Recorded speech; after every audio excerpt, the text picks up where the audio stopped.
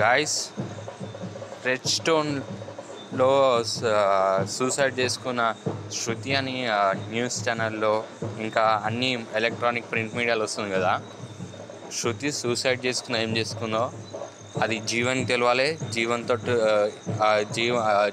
శృతికి చనిపోయిన శృతికి తెలవాలి, ఇంకో అమ్మాయికి తెలవాలి, ఇంకోనికి తెలవాలి. మొత్తం 4 వచ్చారు. ఒక అమ్మాయి చనిపోయి ఉంది, ఆ బ్లడ్ మార్కలు అంటారు. నేను అక్కడ ఉన్నా ఆ స్పాట్లో. కాకపోతే ఆ స్పాట్లో ఉండగా అక్కడ ఉన్న సిచ్యువేషన్ వేరు, ఎలక్ట్రానిక్ మీడియాలో ప్రింట్ మీడియాలో వచ్చిన న్యూస్ వేరు. ఒకడు యూట్యూబ్లో ఒక బ్రో యూట్యూబ్లో కూర్చొని ఒక ఇంటర్వ్యూ ఇస్తుండు.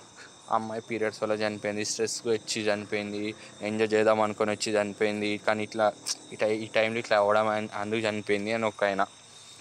ఇంకొక మీడియా ఛానల్ అయితే డైరెక్ట్ ఏదైతే ఓయో రూమ్ ఓనర్ ఉంటాడో ఆయన మీద నూకేస్తుంది.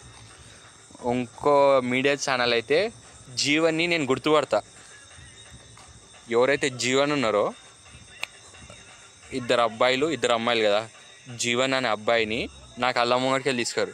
కానీ ఒక యూట్యూబ్ ఛానల్లో జీవన్ ఫోటో వేయకుండా ఆ జీవన్ ఫోటోనే కదా, అది జీవన్ అని థంబ్నెయిల్లో పెడుతున్నారు. అంటే స్క్రోలింగ్ చేస్తారు ఒక యూట్యూబ్ ఛానల్లో.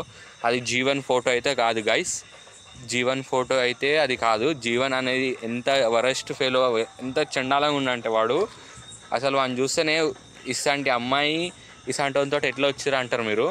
అంత చండాలంగా ఉన్నాడు ఆ జీవన్ అంటాడు. కానీ ఒక యూట్యూబ్ ఛానల్లో జీవన్ ఫోటో కాకుండా వేరే ఫోటో వేసిండు. బహుశా అది పక్కన ఉన్న ఫోటో ఏమో, నేను వాడిని క్లారిటీ చూడలే, కానీ జీవన్ అనే వ్యక్తిని చూశాను. ఎందుకంటే వాడిని ఇట్లా